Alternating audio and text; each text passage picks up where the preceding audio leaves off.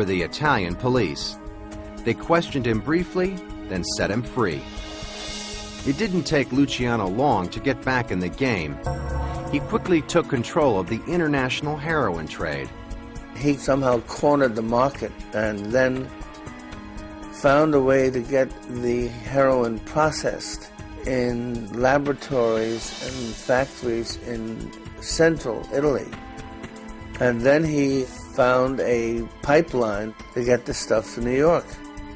That pipeline led through Cuba, a mafia paradise. After 8 months in Italy, Luciano defied his deportation orders and fled to Havana.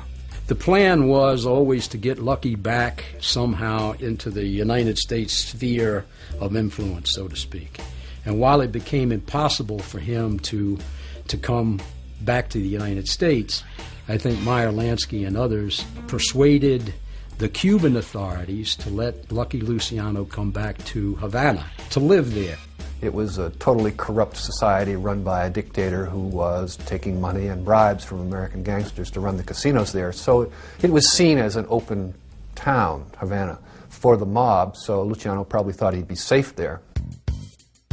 Safe enough to call a summit meeting.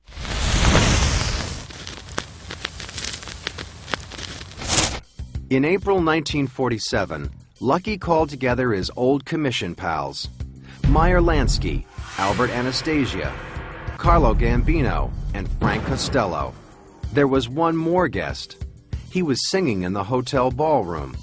The excuse for the meeting was to celebrate Frank Sinatra and listen to his songs, but he was just a front. And during that meeting, they laid down a law on such things as the heroin route from Sicily to Cuba, and then from Cuba to the mainland of the United States. And Luciano was the chairman of the board at that meeting. Other issues were on Lucky's agenda: the division of profits from Cuban casinos, and what to do about his childhood friend, Bugsy Siegel. Bugsy had been careless with mob money and had lost millions of dollars building the Flamingo Hotel and Casino in Las Vegas. They sort of held a kangaroo court there and decided what are they going to do about Bugsy. And Lucky said, you got to kill him. That sealed Bugsy Siegel's fate.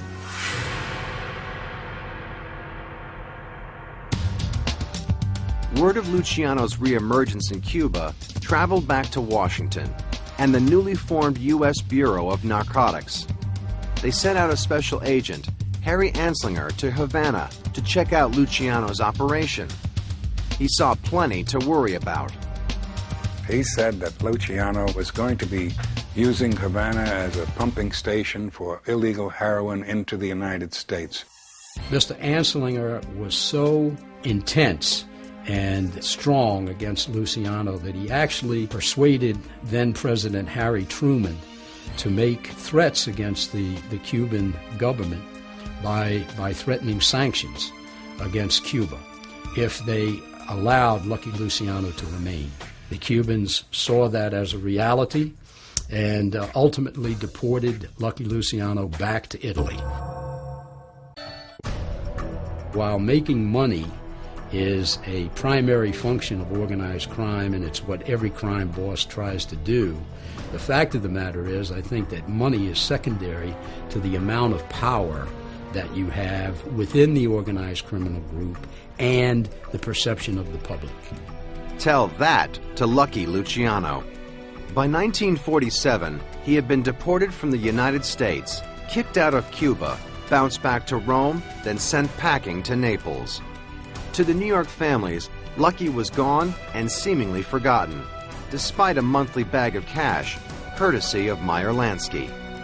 Lucky Luciano became disenchanted and very despondent over the fact that $25,000 a month was not a sufficient sum for a person of his prestige, considering all the money that his friends were making in the United States. He was miserable. He used to say, if they would just give me a week in New York and a week in Miami, and I could die happy. But he was never allowed home. However, the Italian paparazzi tried to make Lucky feel right at home. They were glad to have a real New York gangster in their midst.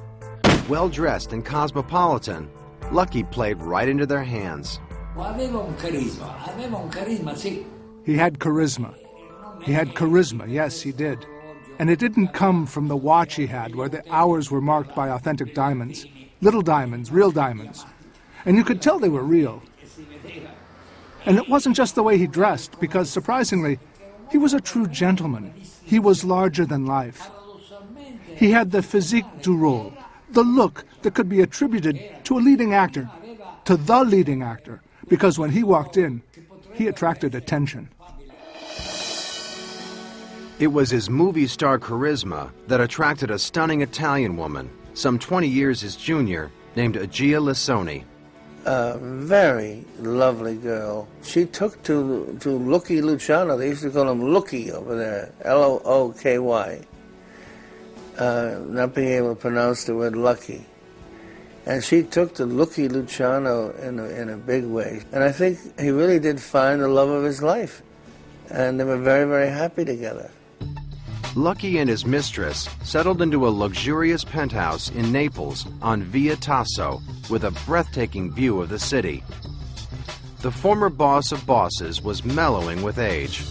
He developed a reputation for generosity, offering to help Neapolitans in need. In the morning when I used to come here, I would see 7, 8 people waiting for Lucky Luciano outside the restaurant. And these people would say to him, "Mr. Lucky, Mr. Luciano, my husband is unemployed." To some, Mr. Luciano gave 30,000 liras, to some 20,000. In some cases, he would pay for a doctor to visit sick people at home. It's incredible how much good this man did. The homesick Luciano seldom passed up a chance to mingle with American tourists. I'm sitting in Naples with my wife. Lucky Luciano comes over. He introduced his dog. Dog's name was Bambi. I said, "Bambi? After Disney film?" He says, "Yeah, I like fairy tales." I says, "What can I do for you, Lucky?" He says, "I want to hear New York talk." New York talk? Yeah. So we talk New York. I have a New York accent, and he missed it. Still, by 1949, Lucky had plenty of action. Drug agents in the United States were tracking a huge increase in the flow of narcotics from Europe. Their prime suspect was Luciano. He became the target of many, many investigations, particularly by the U.S. Bureau of Narcotics and narcotics enforcement people in Europe. Harry Anslinger dispatched a top narcotics agent to Italy who conducted year-long investigations of Luciano, tracked his activity, put him under surveillance. He never really made a case against Lucky Luciano. Lucky was too smart and too elusive. The Italian police were taking no chances. They had Luciano deported again, this time to Sicily.